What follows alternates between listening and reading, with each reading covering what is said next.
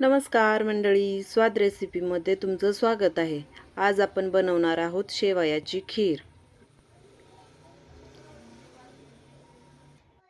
खीर बनवण्यासाठी भांड्यामध्ये 2 चमचे तूप घालूयात। यामध्ये 1 वाटी बारीक शेवया घालायच्या आहेत। शेवया तुपामध्ये व्यवस्थित फ्राय करून घेऊयात।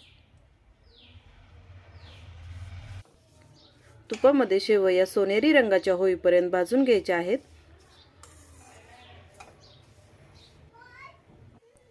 भाजलेल्या शेवया एका डिशमध्ये काढून घेऊयात।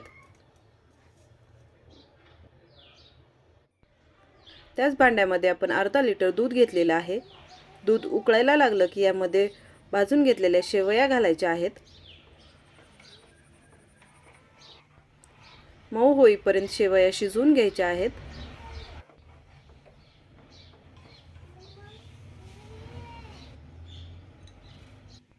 आपल्या आवडीनुसार ड्रायफ्रूट घालायचे आहेत।